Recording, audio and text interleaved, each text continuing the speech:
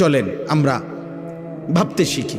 আল্লাহ তাআলা আমাদেরকে নতুন করে আবারও ডাকতেছে, বান্দা মাহে রমজান আমি তোমাদের সামনে নিয়ে আসতেছি, তোমাদের এখন দরকার শুধু দোয়া করো, আল্লাহ রমজান আমারে দেখাইয়েন, রমজান পর্যন্ত পৌঁছাইয়েন। আর প্রত্যেকটা বাবা ভাই, পুরুষ নারী, জওয়ান বুড়া, সবার কাছে আমার অনুরোধ, রমজানকে টার্গেট করে নিজের জীবন পরিবর্তনের জন্য আপনি সিদ্ধান্ত নিন। আল্লাহ কোরআনে ওয়াদা দিছে, বান্দা একটা মাস রমজান তুমি যত্ন নিয়া রমজান মাসটা কাটাইবা, সবগুলো গুনাহ ছেড়ে দিবা, আমি আল্লাহ তাআলার হুকুমগুলো পালন করবা। আমি আল্লাহ ওয়াদা দিলাম লাআল্লাকুম তাত্তাকুন, এক মাসে তোমাকে মুত্তাকি বানায় দেব, জান্নাতি বানায় দেব, বানায় দেব। আল্লাহ তাআলা বলছেন, আল্লাহ কোরআনে বলছেন, বান্দা তুমি মনে রেখো কোনোভাবে রমজান বলতে আমি কঠিন কিছু তোমার উপরে চাপাই নাই। ইউরিদুল্লাহু বিকুমুল ইউসরা ওয়ালা ইউরিদু বিকুমুল উসরা। কোরআনে আল্লাহ বলছেন, রমজানের কথা বলতে গিয়ে আল্লাহ বলছে, বান্দা মনে করো তোমার জন্য আমি কি কি দিছি রমজানে। স্বাভাবিক সারা বছরের নেক আমল তো আছেই, বাকি নতুন করে কি দিলাম, এক নম্বরে ধরে নেন নতুন করে আল্লাহ তাআলা রমজানে আমাদেরকে কি দিলেন, এক মাসের রোজা, রোজা রাখতে হবে। 2, প্রতিদিন তারাবি পড়তে হবে।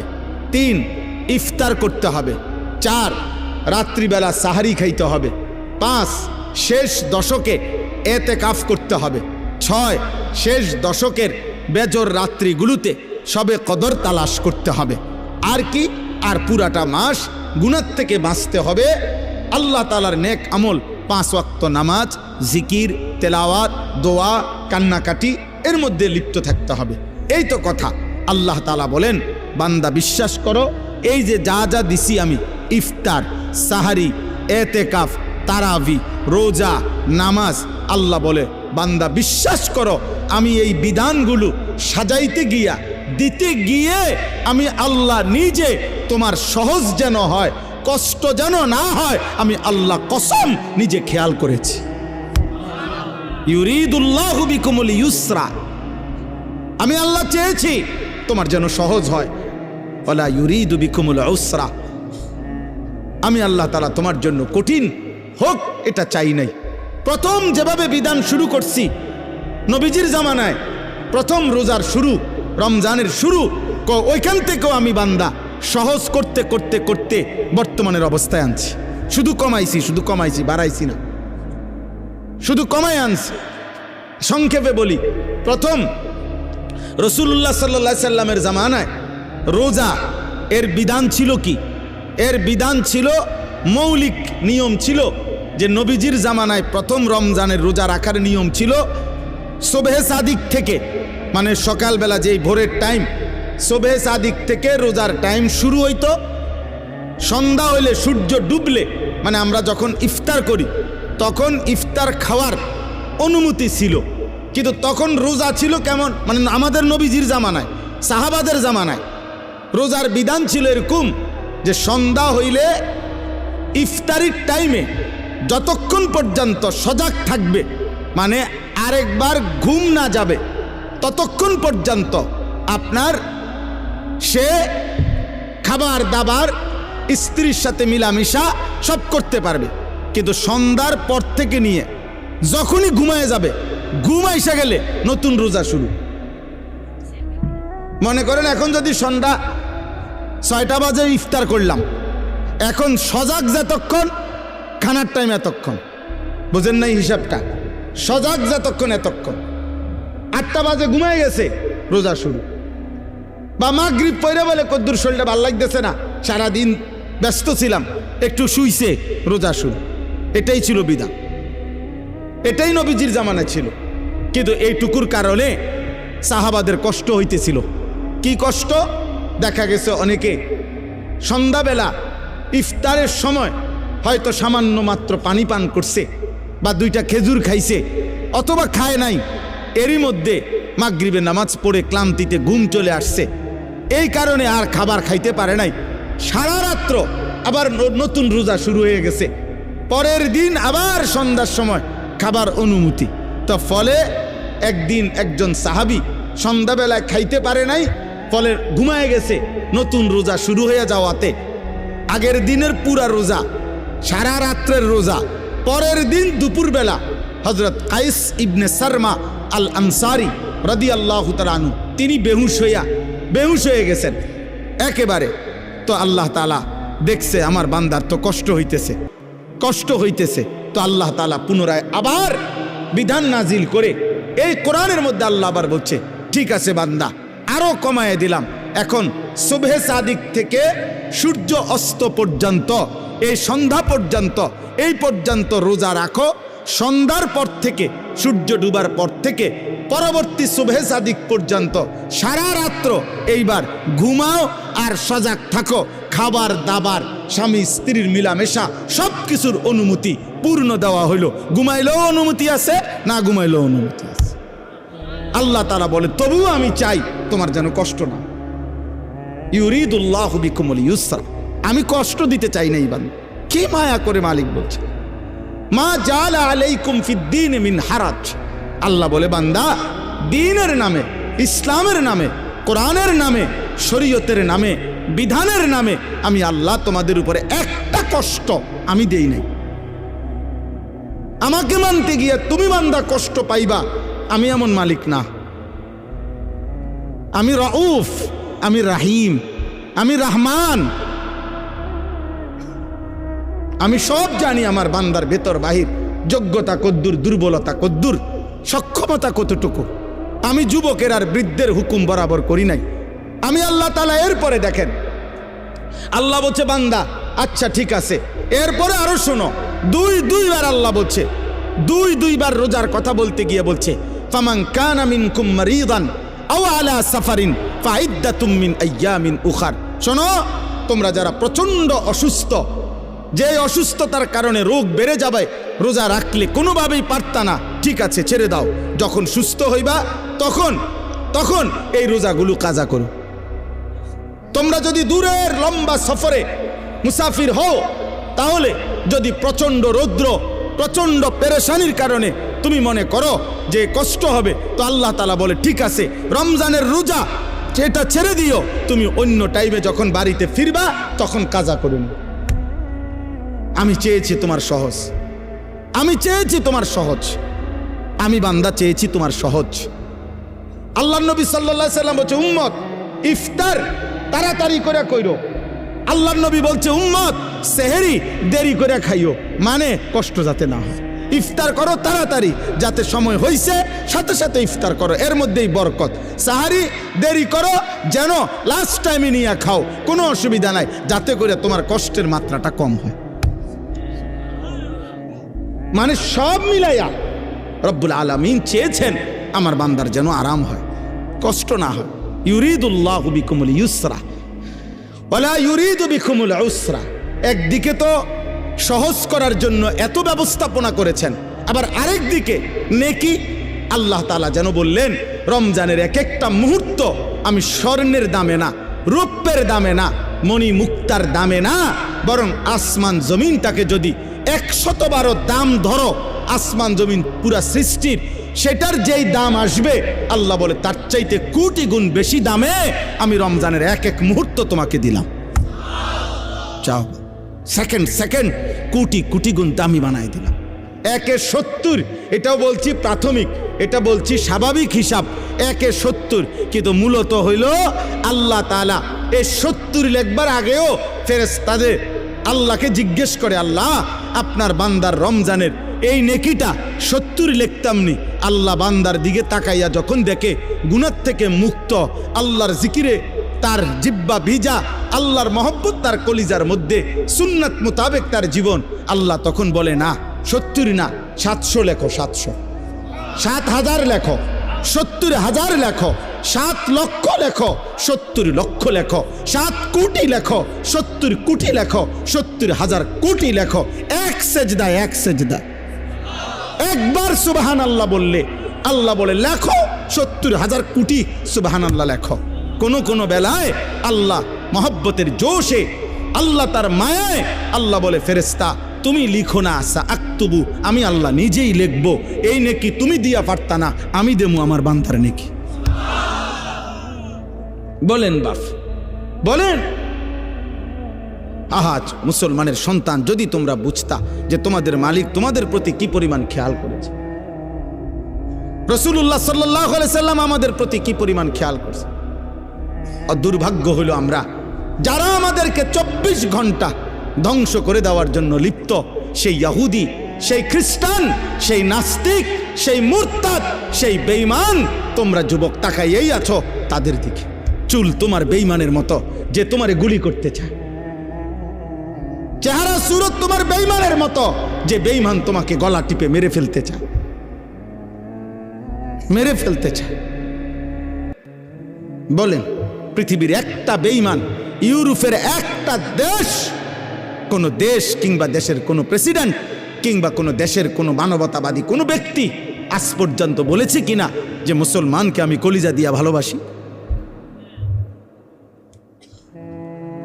হ্যাঁ, তাহলে যে আমারে ঘৃণা করে, যে আমারে ধ্বংস করতে চায়, যে আমারে 24 ঘন্টা আমার জাতি, আমার গোষ্ঠী, আমার সম্প্রদায়, আমার কওমকে যে ধ্বংস করে দিতে চায়, সে আমার প্রিয় হবে কেন?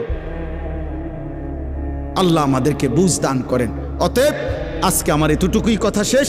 আমি প্রত্যেকের কাছে অনুরোধ করলাম, রমজান মোমেনের জন্য ভিন্ন কিছু, আখেরাত প্রত্যাশীর জন্য রমজান আলাদা কিছু, আলাদা কিছু। যার আখেরাত দরকার তার জন্য রমজান অনেক কিছু। যার শুধু দুনিয়া দরকার, ভাত মাছ চাল ডাল আর এই বিল্ডিং, ইট বালু সিমেন্ট আর ফুলকপি ফাতাকপি, আর জীবন যার এই খিরা টমাটো, এ কদ্দুর খাইয়া দাইয়া বনে বিড়িয়ে সিগারেটে সাদোয়ানে আর গফে আর টেলিভিশনে আর নর্তকিতে, এতটুকু নিয়ে যার জীবন, তোর জন্য রমজান কিছুই না, নাফরমান। কিন্তু ইমানদারের জন্য রমজান অনেক কিছু। যার আখেরাত দরকার তার অনেক কিছু, তার জন্য অনেক কিছু। এজন্য রাসূলুল্লাহ সাল্লাল্লাহু আলাইহি সাল্লাম 2 মাস রমজানের জন্য দোয়া করতেন। এজন্য কিতাবে আছে আউলিয়া কেরাম 1 বছরও ছিলেন, এক রমজান শেষ হইলে, ঈদের চাঁদ উঠলে, ঈদের দিন আবার পরবর্তী রমজানের জন্য দোয়া শুরু করতেন। 1 বছর টানা আরেকটা রমজানের জন্য দোয়া করতেন। এজন্য আখেরাত যার দরকার তার জন্য রমজান ভিন্ন কিছু।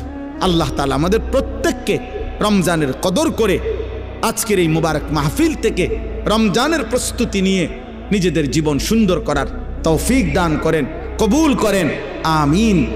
কোনো মানুষের সুস্থতার জন্য এটা জরুরি যে তার মধ্যে পার্থক্য শক্তি থাকে।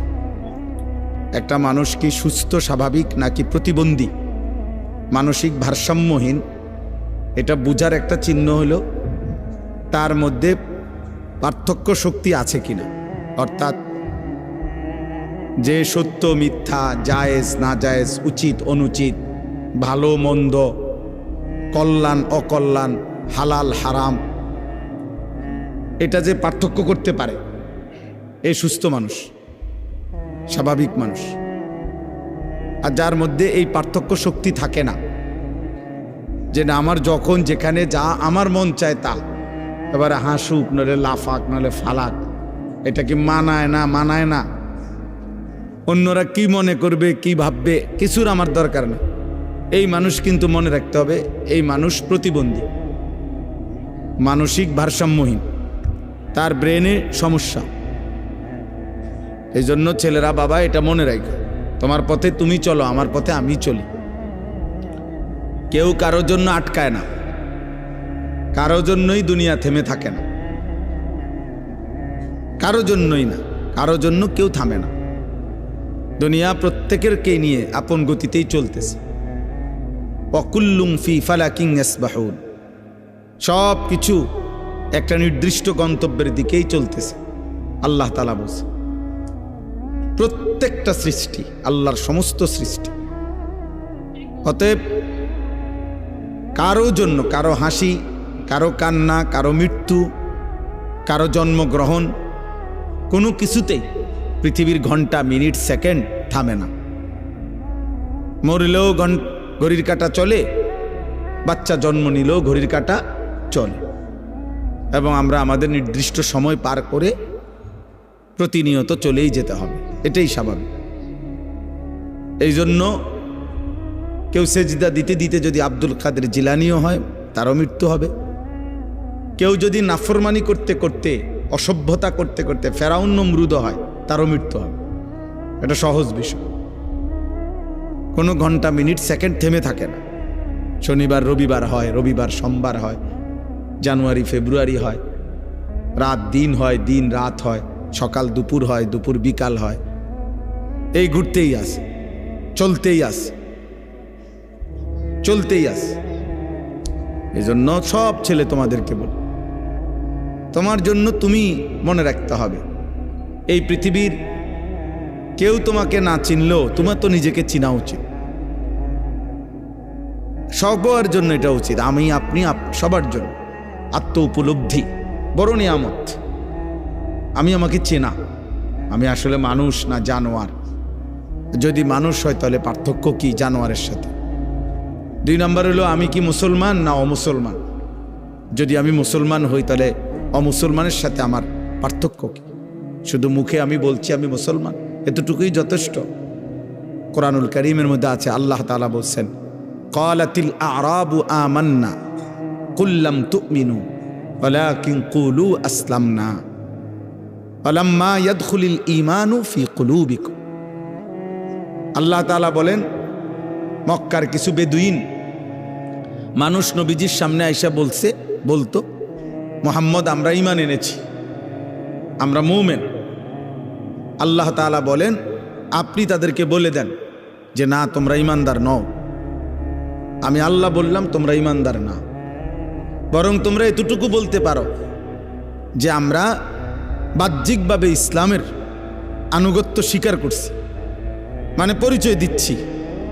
ওয়ালাম্মা ইয়াদখুলিল ঈমানু ফি কুলুবিকুম, এখনো তোমাদের অন্তরে ঈমান প্রবেশ করে নাই, আল্লাহ বলছে।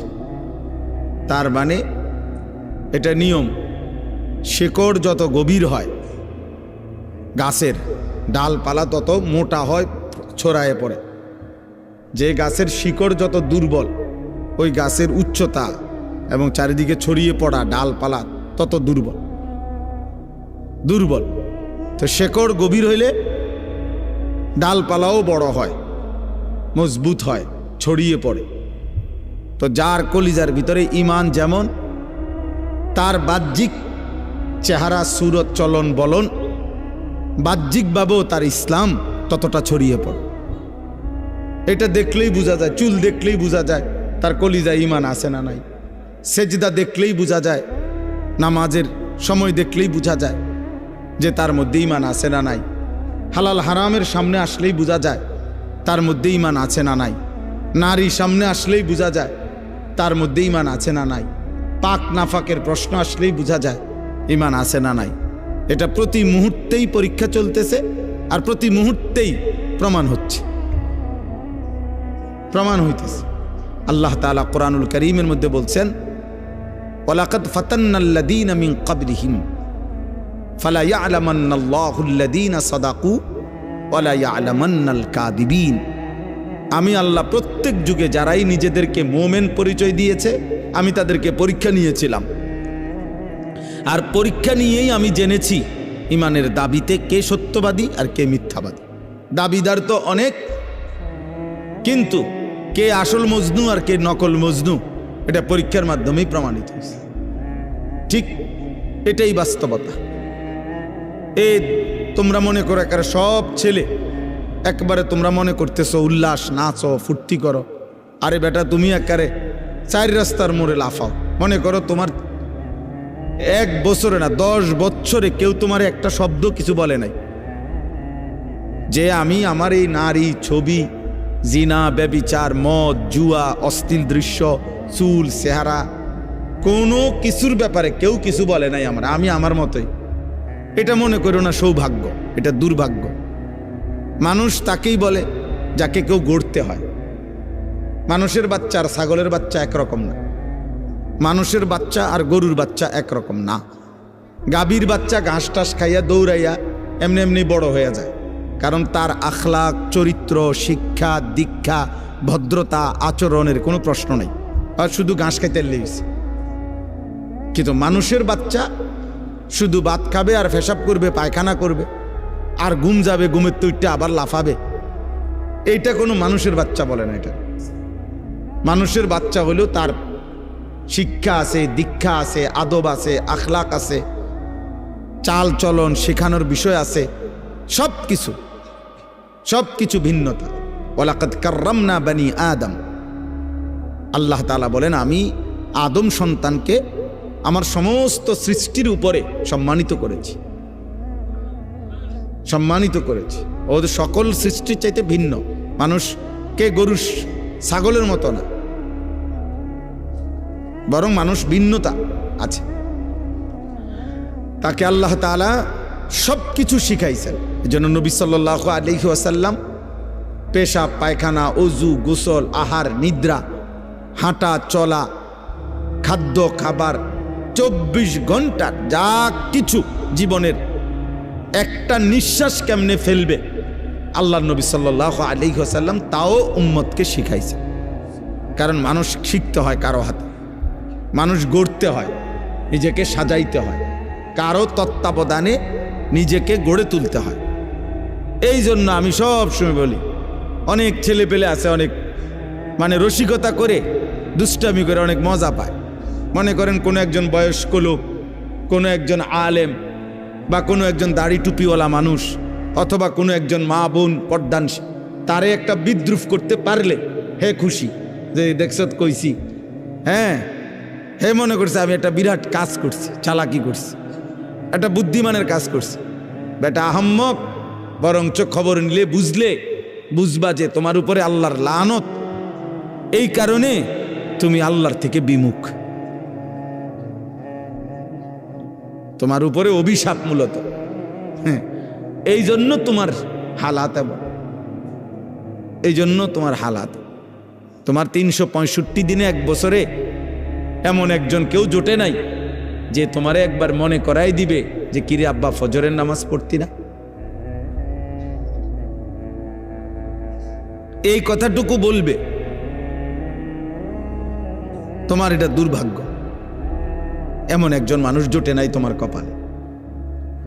তোমার 24 ঘন্টা পার হইয়া এখন তোমার ঘুমের টাইম, রাত 12টা, তোমারে কেউ একজন মানুষ তোমার কপালে জোটে নাই যে তোমাকে জিজ্ঞেস করবে যে বাবা আজকে সারাদিনে 5 ওয়াক্ত নামাজ পড়ছো কিনা। এই কথাটা জিজ্ঞাসার মতো একজন মানুষ তার কপালে নাই।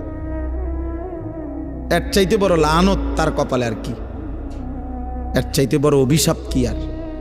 খায় দায় ঘুম যায়, আবার উঠে পেশাব পায়খানা করে, জন্তু জানোয়ারের মতো। জানোয়ার খায় দায় ঘুমায় পেশাব পায়খানা করে, আবার উঠে।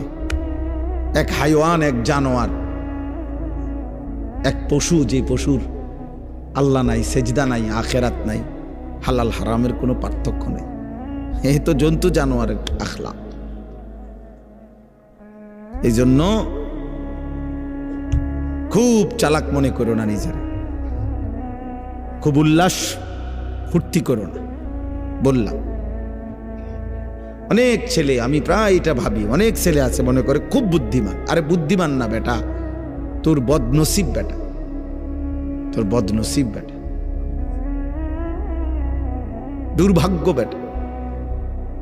আলহামদুলিল্লাহ আমি আমার পুরা ছাত্র জীবন এবং আমার কর্মজীবনেও আল্লাহ আমার এমন মা জুটাইছে। আমার মা প্রতিদিন ফজরের নামাজের জন্য যতক্ষণ ঘুম থেকে না উঠছি, মা ঘন্টা ফিটাইয়া, স্কুলের ঘন্টা টুংটুং করে বাজায়, যে ঘন্টা দিয়া বাইরে দরজার সামনে আমগরে উঠাইছে। মা আমগরে উঠাইছে আলহামদুলিল্লাহ।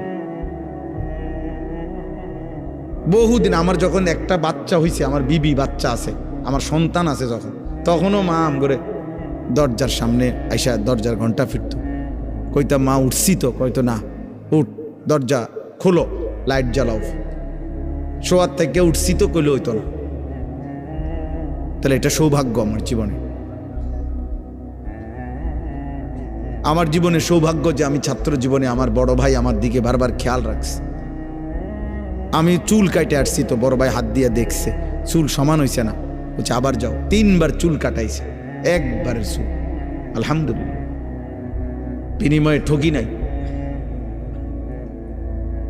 এই জন্য সবাই মিলে এটা ভাবা দরকার। ছেলেরা, কারো জন্য কেউ আটকায় না। আমি আবারও বললাম, তুমি নষ্ট হইতে হইতে ফচ্চা যদি গন্ধ ছোঁড়ে, নারী দেখতে দেখতে, উলঙ্গ ছবি দেখতে দেখতে, অশ্লীল দৃশ্য দেখতে দেখতে, বেহায়াপনা, অসভ্যতা, মদ, জুয়া, বন্ধুদের অসৎ আড্ডা, নোংরা কথাবার্তা কইতে কইতে ফচ্চাও যদি যাও, গন্ধও যদি ছোঁটে, তোমার এটাই না ধরার মতো টাইম মানুষের হাতে নাই। মানুষ খুব ব্যস্ত, প্রচন্ড ব্যস্ত মানুষ, সবাই ব্যস্ত। যে যে লাইনে গুনার কাজ যারা করছে তারাও খুব ব্যস্ত, নেকের কাজ যারা করতেছে আলহামদুলিল্লাহ এখন তারাও খুব ব্যস্ত। ওই যে আমি মৌলানা সাহেবকে কইলাম যে ভাই আপনি, উনি মহব্বত করেই বলতে চাইতেছে, তা আমি বললাম না ভাই আপনি আমার এতক্ষণ লাগাই আমার নাম কইবেন, আমার এই টাইমটাও নাই। তাহলে বুঝানোর উদ্দেশ্য হলো কারো হাতেই টাইম নেই, কারো হাতে সময় নেই, বুঝেন না? আমি পদে পদে দেখছি বিজিবি, আর্মি, ক্যান্টনমেন্ট থেকে। তো আমি বাসার থেকেও আমার হাসতেছে, বুঝি আজকে সে ওয়াজে যায়। আমি বললাম ওয়াজ না যাইতে আছি, যে দুজনে আটকে যা মুজে এনে হ্যাঁ না এলাম বাসাতে, খালাস, অসুবিধা কি? আল্লাহর কথা বলার চেষ্টা করব, না হইলে আইয়ে পড়ুন। তো আর আমি কোনো পুঁজি খাটাইছি না যে এনে আমার বিরাট মাল লস হয়ে যাবে, বুঝছেন না? গতকালকে রাত্রে টাঙ্গাইল থেকে আসছি, তখন জায়গায় জায়গায় আর্মি গাড়ি চেক করছে, ব্যাগ চেক করছে, সব চেক করছে, আবার সালামও দিছে, দোয়াও চাইছে, চেকও করছে। ঠিক আছে ভাই, ঠিক আছে। এজন্য বললাম আব্বা, মানুষ প্রচন্ড ব্যস্ত, প্রচন্ড ব্যস্ত। মানুষের মধ্যে এখন দুনিয়া, মানুষের উপার্জনের চাহিদা বেড়ে গেছে, কর্মের বিভিন্ন সুযোগ বেড়ে গেছে এবং টাকা পয়সার প্রয়োজনও বেড়ে গেছে। আমি প্রায় বলি, আগে এক বাড়ির মানুষ ছিল 20 জন, টয়লেট বাড়ির ওই কোনাত একটা দিয়ে সারত, বেডিত সবাই। অহন 6 রুম, 6টাই বাথরুম। হ্যাঁ, অ্যাটাচড বাথরুম না। তাহলে এখন এই বেচারার 6টা বাথরুমের 4টা বাথরুম যদি করতে হয় তার বিল্ডিংটার ভিতরে, তাহলে কি পরিমাণ স্যানিটারি মালামাল দরকার, তাহলে অনেক টাকা দরকার। অর্থাৎ যেখানে একটা ঘরের চাহিদা 5 লাখ টাকায় পূরণ হইতো, কথার কথা, সেটা এখন 20 লাখ টাকায় পূরণ হয় না। তাহলে মানুষের এই 15 লাখ টাকার যে ঘাটতি, কমতি, এটা উপার্জনের জন্য তাকে আরো ব্যস্ত, বেশি পরিশ্রম করতে হচ্ছে। হালাল হারাম তো পরে, মানে মেহনত করতেছে সবাই, টাকা দরকার আরো। দুনিয়া স্বাভাবিক চলতে হইলে আরো দরকার, আরো দরকার। এই জন্য আমি বলি আর কি, মূল কারণ কিন্তু এটা। নাইলে ছোটবেলা আমরাও পার হয়ে আসছি, এক বেলা খানা খাইতে দেরি হইছে, 3-4 জনে, মামা, চাচা, বড় ভাই, অনেকেই খুঁজা আনছে আম করে টোয়াইয়া। কিন্তু এখন একটা ছেলে, বাবা মা জীবিত, আপন বাবা মার ঘরে ঘুমায়, বাপ মা আছে, কিন্তু 365 দিনের 1 বছরে বাবা মা কোনোদিন জিজ্ঞাসাও করে না যে আব্বা তুই যে ফজরের নামাজ পড়ো না, তুই মুসলমানের বাচ্চা না অন্য কিছু, বলেন। অথচ তার বাপ মা জীবিত। এখানে মনে করেন এই যে ছেলে, এগুলো এদের সবারই কি বাবা মা মারা গেছে মনে করো? তো তাইলে এদের চেহারা দেখো, তুমি দেখো, মৌলানা ইয়াহিয়া দেখো, হালাত দেখো। এখানে যদি 500 ছেলে হয়, 450-র উপরে আছে সব বেনামাজি। এই চেহারা দেখলেই বোঝা যায়। ঠিক বলার দরকার নেই, ফাজলামি করো না, ঠিক বলার দরকার কি? আমি সমর্থন চাচ্ছি না, আমি তো ভোটের জন্য আসি নাই, আমি বুঝানোর জন্য বলছি। চেহারা দেখো, তোমরা একটা ছেলে দেখো, একজন ছেলে দেখো, মুসলমানের সন্তানের চেহারা এমন হওয়ার কথা। আব্বা, আল্লাহ কোথায়? নামাজ কোথায়? সেজদা কোথায়? কেউ জিতলেই কি হবে, কেউ হারলেই কি হবে? হ্যাঁ, যেই জিতুক তার হাতেই তো আমাদের ভাগ্যের পরিবর্তন হয়ে যাবে, ঠিক না? কথা বলে না? হ্যাঁ, আমাদের ভাগ্যের পরিবর্তন হবে না, আমাদের অবস্থার পরিবর্তন হবে। তো আমাদের অবস্থার পরিবর্তন কার হাতে? তো আল্লাহর হাতে। ইউকাল্লিবুল্লাহুল লাইলা ওয়ান নাহার, রাত্র এবং দিন পরিবর্তন করেন আল্লাহ। আল্লাহ ওয়া মিন কুল্লি শাইইন খালাকনা যাওজাইনি লাআল্লাকুম তাযাক্কারুন ওয়াস সামাআ বানাইনাহা বিআইদিন ওয়া ইন্না লামুসিউন। আল্লাহ বলেন আসমান আমি বিছিয়েছি, জমিন আমি বিছাইছি, সব কিছু জোড়ায় জোড়ায় আমি করেছি। জমিন থেকে ফসল আমি উৎপন্ন করছি, আসমান থেকে বৃষ্টি আমি নামাচ্ছি, প্রতিদিন ভোর আমি আনি, প্রতিদিন সন্ধ্যা আমি আনি, প্রতিটা রাত আমি ভোর বানাই, প্রতিটা দিন আমি আল্লাহ রাত্রি বানাই। পায়ের নিচের জমিন আমি বিছাইছি, মাথার উপরে এই আসমান আমি স্থাপন করেছি, সব আমি করেছি বান্দা, এবং আমিই করছি, আমি করব, আমি করব। সাখখারা লাকুম মা ফিস সামাওয়াতি ওয়াল আরদ, আসমান ও জমিনের সব আমি আল্লাহ তোমাদের অধীনস্থ করেছি, আমি করেছি। ওয়া যাল্লালনাহা লাহুম, আল্লাহ তাআলা বলেন চতুষ্পদ জন্তুগুলোকে আমি তোমাদের অধীনস্থ করেছি, আমি করেছি। ওয়াল খাইলা ওয়াল বিগালা ওয়াল হামিরা লিতারকাবুহা ওয়া জিনা, ঘোড়া গাধা খচ্চর এগুলোকে যানবাহন হিসাবে আমি আল্লাহ তাআলা তোমাদেরকে চড়তে দিয়েছি। ঘোড়ার পিঠে চড়তে পারো, বাঘের পিঠে চড়তে পারো না কেন? আল্লাহ বলেন এটা আমার কুদরত, আমার ফয়সালা, আমার ফয়সালা। আমাদের প্রত্যেকের উচিত, আমার কাছে একটা কিতাব আছে ছোট্ট, ওই কিতাবের মধ্যে লিখছেন আরবের একজন বিখ্যাত লেখক, তিনি বলছেন যে হে আল্লাহর বান্দা, দুইটা জিনিস এক মুহূর্তের জন্য ভুলো না, এক হলো আল্লাহ, দুই হলো আল আখিরা। এই কথা দুটা কোনোদিনও ভুলো না, এক হলো আমার একজন আল্লাহ আছে, দুই আমাকে আখিরাতে যেতে হবে। তিনি বলছেন ইসনান লা তানসাহুমা আবাদান, দুইটা জিনিস তিনি নসিহত করেছেন যে হে আল্লাহর বান্দা, এক মুহূর্তের জন্য ভুলো না। এক নম্বর হলো আল্লাহ জাল্লা জালালুহু, আল্লাহ, আমার আল্লাহ আছে। আমি হাসি কিংবা কাঁদি, আমি যাই করি, আমি অহংকার করি আর আনুগত্য করি, বড়াই করি আর গর্ব করি, সেজদা দেই আর নাফরমানি করি, আমার আল্লাহ আছে, আমার আল্লাহ আছে। আর আল আখিরা, আমাকে আখিরাতে যেতে হবে, আখিরাতে যেতে হবে। এজন্য কোরআনুল কারীমে উনি একটা সুন্দর উদাহরণ দিছে। ওই একজন ব্যক্তি একটি কওমের, সূরা ইয়াসিনের একটা উদাহরণ দিছে ঘটনার। একজন ব্যক্তি একজন কাঠুরিয়া, হাবিবে নাজ্জার। তো তিনি একটি জাতির সকলেই ছিল বেঈমান, কিন্তু এই একটা মানুষ শুধু ইমানদার ছিল।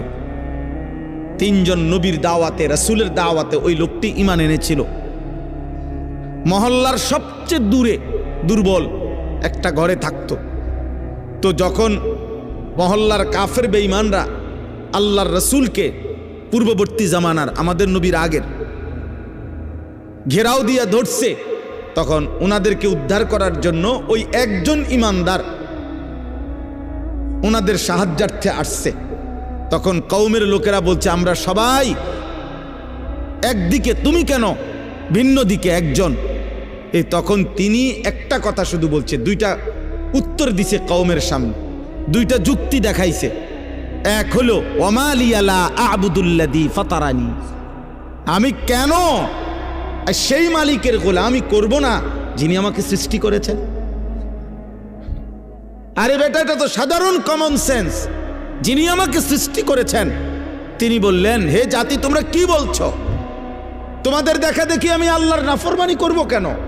তিনি আমাকে সৃষ্টি করেছেন, আমি তার ইবাদত করব না কেন? আর কি ওয়া ইলাইহি তুরজাউন। দ্বিতীয় হলো আমি তো এটাও জানি আমাকে তো তার কাছেই ফিরতে হবে আখিরাতে। তাহলে আমি আল্লাহকে ভুলবো কেমনে? তিনি না আমাকে সৃষ্টি করেছেন। আমি আখিরাতকে ভুলবো কেমনে? আমাকে না সেখানে যেতে হবে। কি চমৎকার উদাহরণ দেখছুনি। ওই ছোট্ট একটা বই আছে না, ইলা শাবাব গাড়িত, এই বইটা আছে। হ্যাঁ, এই জন্য দোস্ত, যে যাই করছো করো বাবা, অসুবিধা নাই, কোনো সমস্যা নাই। 8টা 9টাই বাজবে, 9টা 10টা বাইজা যাবে, একদিন তুমি আমি সব এই পৃথিবীর অনেক হাসি কান্না, অনেক প্ল্যান প্রোগ্রাম পরিকল্পনা, অনেক স্বপ্ন, অনেক ইচ্ছা আকাঙ্ক্ষা, এগুলাকে দুনিয়াতে রেখেই তুমি আমি আস্তে আস্তে ধীরে ধীরে সময়ের ব্যবধানে কবরে চলে যাব। কবরে চলে যাব। আমার মৃত্যু কিংবা আপনার মৃত্যু, কারো মৃত্যুতেই, নেককার মৃত্যু কিংবা নাফরমান মৃত্যু, কারো মৃত্যুতেই সূর্য চন্দ্রের গতি থামে না। রাসূলুল্লাহ সাল্লাল্লাহু আলাইহি সাল্লাম বলছেন, হাদিসের মধ্যে আছে, নবীজির একজন সন্তান হযরত ইব্রাহিম রাদিয়াল্লাহু তাআলা আনহু, নবীজির সন্তান ইন্তেকাল করছিলেন। তো সেদিন চন্দ্রগ্রহণ লাগছে, চন্দ্রগ্রহণ হয়েছিল। তো সাহাবারা কেউ কেউ মন্তব্য বা কেউ কেউ বলছে নিশ্চয় নবীজির সন্তানের বিরহে চন্দ্রগ্রহণ লাগছে। তখন আল্লাহর নবী সাল্লাল্লাহু আলাইহি ওয়াসাল্লাম তৎক্ষণাৎ সাহাবায়ে কেরামকে মসজিদের মধ্যে জমা করে, দেখেন অনেক ছেলে এখনো মোবাইল ধরে রাখছে, দেখেন, আহা, যাও বাবা বাইরে হয়ে যাও, বাইরে হয়ে যাও, আব্বা ঘুরে দাঁড়াইছো কেন, বাইরে হয়ে যাও, একবারে বের হয়ে গেলেই হলো, অসুবিধা কি? এখানে ভোটের কোনো বিষয় নাই। জি, অতএব বলতেছে রাসূলুল্লাহ সাল্লাল্লাহু আলাইহি ওয়াসাল্লাম তখন সাহাবায়ে কেরামকে মসজিদে নববীতে ডাকছে। ডাইকা নবীজি খুতবা দিয়া বলছে যে আল্লাহর কসম সাহাবারা শুনো, নিশ্চয়ই কারো মৃত্যুতে সূর্যগ্রহণ কিংবা চন্দ্রগ্রহণ হয় না, হয় না, বরং সেটা আল্লাহ তাআলার কুদরতি নিজাম, আল্লাহ তাআলার কুদরতি নিজাম। সব কিছু আল্লাহ তাআলা তার ধারাবাহিক নিজামে আল্লাহ তাআলাই চালাচ্ছে। এজন্য আজকে আমার প্রথম কথা এটা যে কবরবাসীদের মাগফিরাত কামনায় মাহফিল ধরে নেন, কবরবাসীদের কথা মনে পড়েন। ওনাদেরও অনেক স্বপ্ন আকাঙ্ক্ষা পরিকল্পনা ছিল, ব্যস্ততম এই দুনিয়ায় ওনারাও। আমার আব্বারে আমি যতদিন বুঝছিল, আমার আব্বারে আমি যতদিন দেখছি, আমার আব্বা ফজরের নামাজের পর থেকে রাত 10টা পর্যন্ত আব্বাকে দেখতাম। এক নম্বরে উনি মানুষের বাসায় বাসায় কুমিল্লা শহরে একটা সাইকেল দিয়া প্রাইভেট পড়াইতো, এই বাচ্চাদেরকে কোরআন শরীফ শিখাইতো। আমার আব্বা আলেম ছিলেন, 5 ওয়াক্ত নামাজ মসজিদে ইমামতি করতেন, আর একটা প্রাইমারি স্কুলে মাস্টারি করতেন। এই 3টা কাজ ছিল আব্বার মূল, মসজিদের 5 ওয়াক্তের ইমাম, আর প্রাইমারি স্কুলের মাস্টারি করতেন, আর মানুষের বাসায় বাসায় প্রাইভেট পড়াইতো তখনকার সময়। তো আমার মনে আছে আব্বার এই সারাটা বছর দেখতাম, কথা একটাই বেশি কইতো আব্বা, সময় নাই আমার, সময় নাই, যেটা কইতাম মায় কইতো সময় নাই, সময় নাই, সব কিছুই তাড়াহুড়া, সময় নাই বাবা। ডাক্তার দেখাইতে গেছে, ডাক্তার সাহেবের কাছে আগেই দেখা করুন, ডাক্তার সাহেব আমার সময়, আমার নামাজ, আমার জামাতের টাইম হয়ে গেছে, আমার জামাতের টাইম হয়ে গেছে। এই যার হাতে 1 মিনিট সময় নাই, ব্যস্ততম মানুষটা, সেই 2015 সালের আগস্ট মাসে তিনি কবরে চলে গেছেন। আব্বা, আজ তো পৃথিবীতে সময় আছে, আমার আব্বা তো নাই, আমার বাবা তো নাই। এজন্য দোস্ত, তোমারে আমারে রাইখা কবরে দিয়া সময় তার সময়ের গতিতেই চলবে, সময় তার সময়ের গতিতেই চলবে। আবার আমাদের সামনে মহান আল্লাহ পাক রব্বুল আলামিন মাহে রমজান আবারও আমাদের সামনে এনে দিয়েছেন, আবারও সামনে নিয়ে আসছেন। আল্লাহ যেন বলে, বান্দা ঘুরে ঘুরে বিভিন্ন আঙ্গিকে আমি চেয়েছি, বান্দা মূল টার্গেট আমার, কখনো শবে বরাত দিলাম, কখনো রমজান দিলাম, শবে কদর দিলাম, এতেকাফ করতে বললাম, মুহররমে আশুরা দিলাম, জিলহজ মাসের নফল রোজা রাখার সময়গুলো দিলাম। এরপরে সারা বছর আমি আল্লাহ তাআলা প্রতিদিন শেষ রাত্রে আমি আল্লাহ তাআলা বান্দা তোমাকে ডাকলাম। প্রত্যেক শেষ রাতে আমি গুনাহ মাফ করার জন্য আমি ডাকি, শবে বরাতে গুনাহ মাফ করার জন্য আমি ডাকি, জুমার রাত্রে আমি গুনাহ মাফ করার জন্য আমি ডাকি, মুহররমে আশুরাকে কেন্দ্র করে গুনাহ মাফ করার জন্য আমি আল্লাহ ডাকি। রমজানের প্রতি সেকেন্ড ওয়ালিল্লাহি উতাকাউ মিনান নার, আল্লাহর জন্য আল্লাহ তাআলা প্রত্যেক রাত্রিতে কোটি কোটি বান্দার গুনাহ মাফ করে। আল্লাহ বলেন, এভাবে বারবার চেষ্টা করেছি বান্দা, কখনো রাত দিয়েছি, কখনো দিন দিছি, কখনো মাস দিয়েছি, কখনো 10 দিন দিছি, ওয়ালায়ালিন আশর, কখনো সপ্তাহ দিয়েছি, কখনো ঘন্টা দিয়েছি, কখনো স্থান দিয়েছি কাবা, কখনো দিয়েছি আরাফা, কখনো দিয়েছি মিনা, কখনো দিয়েছি মদিনার রওজা। চারিদিক দিয়ে তোমারে চেষ্টা করছি জাহান্নাম থেকে বাঁচাইতে, জান্নাত দিতে, কিন্তু তুমি নাফরমান, কোনোভাবেই আমি আল্লাহরে পাত্তা দিলাম না। তোমার নারী দেখা শেষ হইল না, তোমার সুদে শেষ হয় না, কিস্তি শেষ হয় না, তোমার দোকানদারি শেষ হয় না, তোমার সংসারের চাহিদাই শেষ হয় না, তোমার লজ্জাস্থানের চাহিদাই শেষ হয় না, তোমার অসভ্যতার নোংরামি শেষ হয় না। হায় নাফরমান, একদিন শেষ হবে, সেদিন যেদিন তোর মুখের উপরে কবরের মাটি ফেলবে।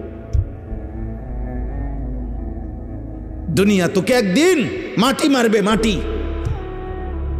তোর নাতি তোকে একদিন মাটি মারবে, কবরের মাটি ছুটবে। আল্লাহ নবী সাল্লাল্লাহু আলাইহি সাল্লাম বলছেন, লা ইয়ামলা আফাহু ইল্লা তুরাব। আল্লাহ তাআলা বলছে, দুনিয়া লুভির মুখ পূর্ণ হবে না কোনোদিন মাটি ছাড়া, মাটি। ওর মুখে মাটি মারবা, কবরের মাটি, কবরের মাটি। এই জন্য একটা ছেলে, একটা বাবা, একজন মা, একজন বোন, প্রত্যেকেই এই চূড়ান্ত টাইমার আর মাত্র অল্প কয়েকটা দিন, সারা পৃথিবীর মোমেনের ইন্তেজার মাহে রমজান।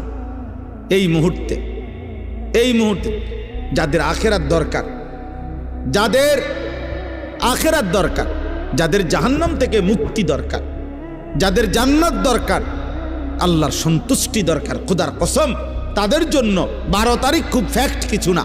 12 তারিখের আগেও পৃথিবীতে নির্বাচন হয়েছে বাংলাদেশে, 12 তারিখের পরেও বাংলাদেশে নির্বাচন হবে।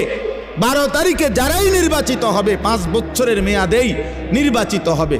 অতএব এটা খুব মারাত্মক ভয়ঙ্কর কিছু, আহামরি কিচ্ছু এমন কিছু না, এটা চলমান একটি প্রক্রিয়া।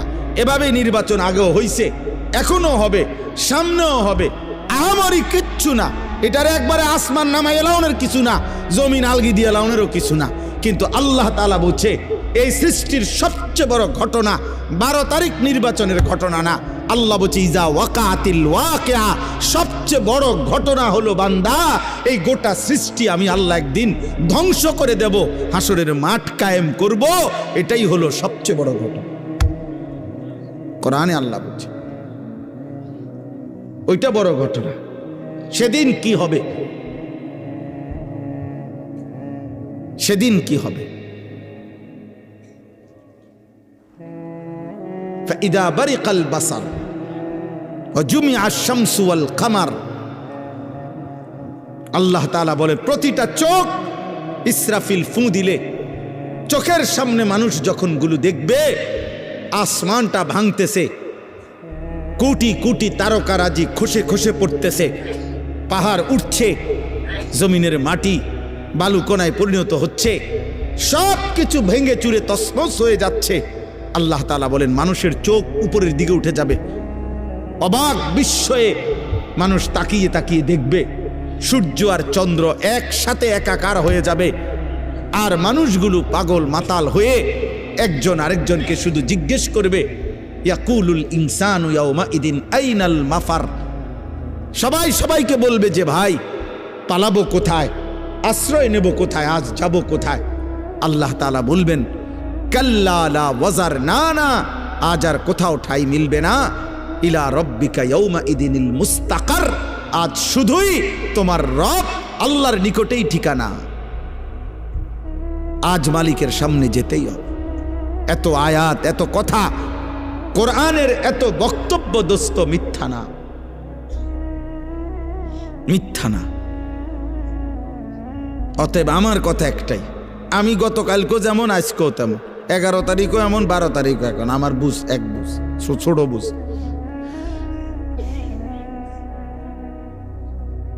আমার কালকেও জিজ্ঞাসা করছে, তোমার বড় সাংবাদিক সাক্ষাৎকার নিছে, আপনার কি ভাবনা হুজুর? এখন আমার ভাবনা আগের মতোই ভাবনা,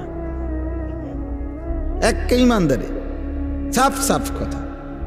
উনি বলছে হুজুর আমি ক্যামেরা অন করতেছি, আমি কিছু কথা জিজ্ঞেস করব। হ্যাঁ করেন, ক্যামেরা অন করেন, নইলে আপনি যেটা মনে করেন করেন। কথা একটাই, আমি একরকমই ভাবনা ভাবি। আমার ভাবনা এটাই, আমার আখেরাত, আমার আখেরাত।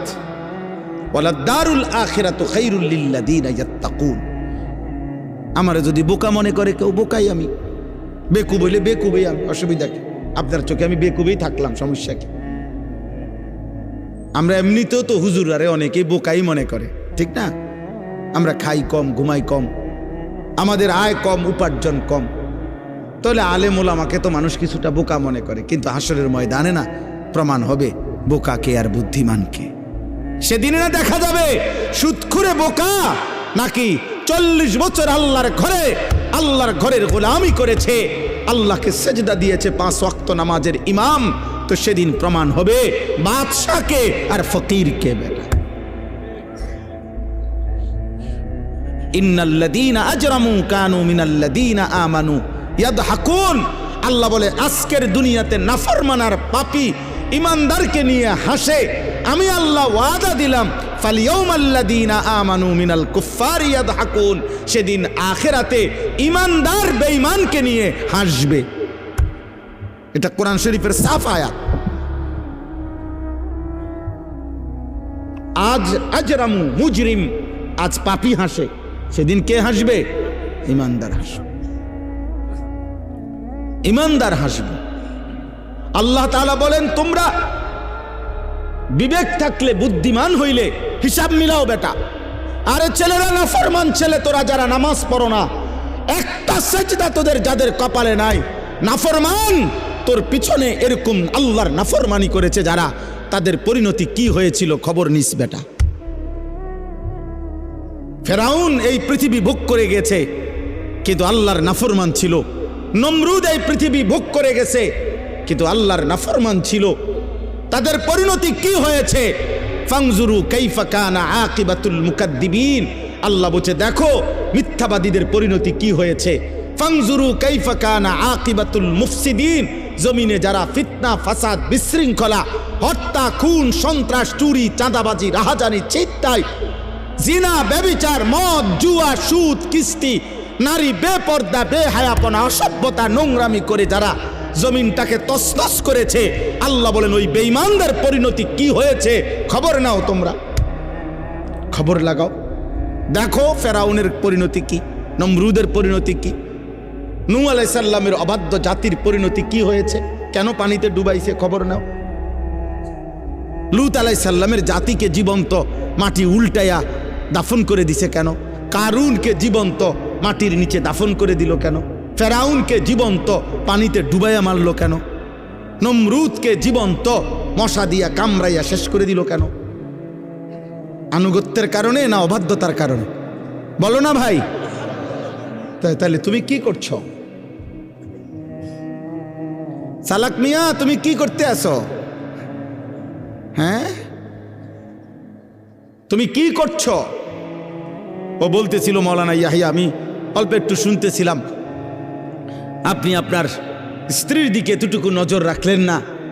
হ্যাঁ আপনার বিবি আরেক বেড়ার লগে কথা কয়, আমনও আরেক মহিলার লগে কথা বলেন, আমনও টেলিভিশনে নর্তকী দেখেন, আপনার বিবিও টেলিভিশনে অন্য পুরুষ দেখে, বিবির কলিজার ভিতরেও অন্য পুরুষের কল্পনা, আপনার কলিজার ভিতরেও অন্য মহিলার কল্পনা। সুখ আসবে কোত্থেকে? হ্যাঁ কত দুঃখের কাহিনী শুনবেন এই সমাজের বাস্তবতায়। প্রতিনিয়ত আমি তো দেখি, আহা কত ভদ্রলোক বিশ্বাস করেন, স্যুট পরা, বুট পরা, দামি গাড়ি বাড়িওয়ালা, বেচারার একাকির কান্না, মনে যেন নিজেও কাঁদি, কলিজা ছিঁড়ে কাঁদে একাকি যখন বলে হুজুর কি পরিমাণ পেরেশানি, কি পরিমাণ পেরেশানি। আহা আহ দোস্ত আমার, বন্ধু আমার, আল্লাহকে বাদ দিয়ে ইসলামকে বাদ দিয়ে, রসুল সাল্লাল্লাহু আলাইহি সাল্লামকে বাদ দিয়ে, আল্লাহর কোরআন এবং সুন্নাহকে বাদ দিয়ে পৃথিবীর অন্য কোনো আইটেমে, অন্য কোনো পদ্ধতিতে সুখ আসে না, হৃদয়ের সুখ আসে না। ওইগুলা তো বিল্ডিং দালান, তো সুখের উপকরণ, দেখতে মনে হয় এগুলা চাকচিক্য, কিন্তু সুখ যেটা, আনন্দ, তৃপ্তি, স্বস্তি, এটা তো ইটের মধ্যে না, এটা তো কলিজার মধ্যে, এটা তো দিলের মধ্যে। বাবা, তোমরা এতগুলো ছেলে, আমি তোমাদেরকে বললাম বাপ, তোমাদের অধিকাংশ ছেলের চেহারা দেখে বোঝা যায়। তোমরা দাঁড়াইয়া দেখো, তোমরাই তোমাদের চুল দেখো, দেখো তোমাদের এই চুল মুসলমানের সাথে, কোনো আলেমদের সাথে, কোনো দিনদার মানুষের সাথে, তোমাদের দাদা চাচা নানা বয়স্ক মুরব্বী নামাজি মানুষের সাথে ন্যূনতম কোনো মিল আছে কিনা? আব্বা, তোমরা যদি বিবেক থাকে, যদি মায়ের দুধ খাইয়া থাকো, তো দেখো, তোমরাই দেখো।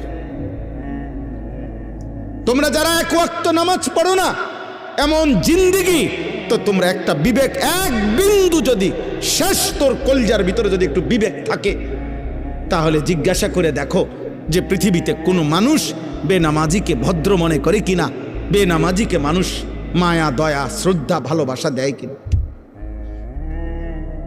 নিজেকে নিজে এইভাবে, আমি অনেক, আমার কষ্ট লাগে রে ভাই, অনেক কষ্ট লাগে যে আসলে এক একটা ছেলে পেলে তোমরা নিজেরে নিজে এইভাবে অপমানিত করছো কেন? তুমি বোঝো না যে মানুষ চোরেরে কি মনে করে?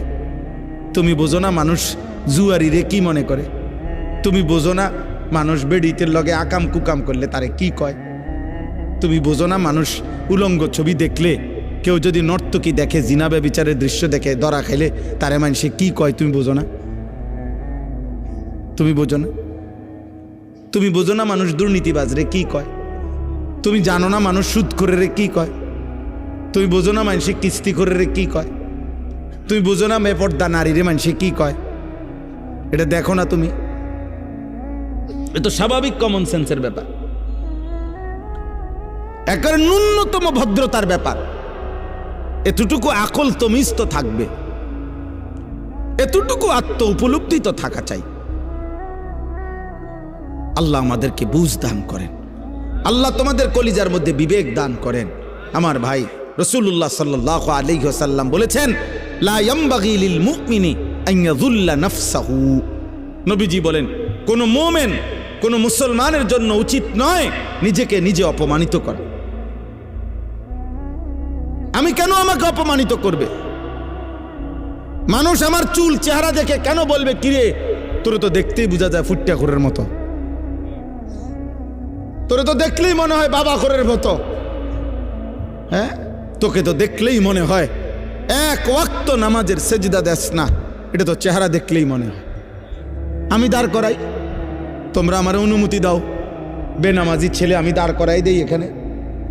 আমি তো ইনশাআল্লাহ চেহারা দেখে দেখে বলতে পারো, একজন একজন করে দাঁড় করাইতে পারো যে বেনামাজি অসভ্য বেয়াদব কোনটা কোনটা, এটা আমি দাঁড় করাই। আমি তো ইনশাআল্লাহ দাঁড় করাইতে পারো। 100 জন দাঁড় করাইলে আশা করি 98 জন ঠিক হবে। তাইলে তুমি নিজেকে এই অপমানিত করলা কেন? আল্লাহ কি তোমাকে হায়া দেয় নাই, লজ্জা দেয় নাই, বিবেক দেয় নাই? চলেন আমরা ভাবতে শিখি। আল্লাহ তাআলা আমাদেরকে নতুন করে আবারও ডাকতেছে, বান্দা মাহে রমজান আমি তোমাদের সামনে নিয়ে আসতেছি, তোমাদের এখন দরকার শুধু দোয়া করো, আল্লাহ রমজান আমারে দেখাইয়েন, রমজান পর্যন্ত পৌঁছাইয়েন। আর প্রত্যেকটা বাবা ভাই, পুরুষ নারী, জওয়ান বুড়া, সবার কাছে আমার অনুরোধ, রমজানকে টার্গেট করে নিজের জীবন পরিবর্তনের জন্য আপনি সিদ্ধান্ত নিন। আল্লাহ কোরআনে ওয়াদা দিছে, বান্দা একটা মাস রমজান তুমি যত্ন নিয়া রমজান মাসটা কাটাইবা, সবগুলো গুনাহ ছেড়ে দিবা, আমি আল্লাহ তাআলার হুকুমগুলো পালন করবা। আমি আল্লাহ ওয়াদা দিলাম, লাআল্লাকুম তাত্তাকুন, এক মাসে তোমাকে মুত্তাকি বানায় দেব, জান্নাতি বানায় দেব, বানায় দেব। আল্লাহ তাআলা বলছেন।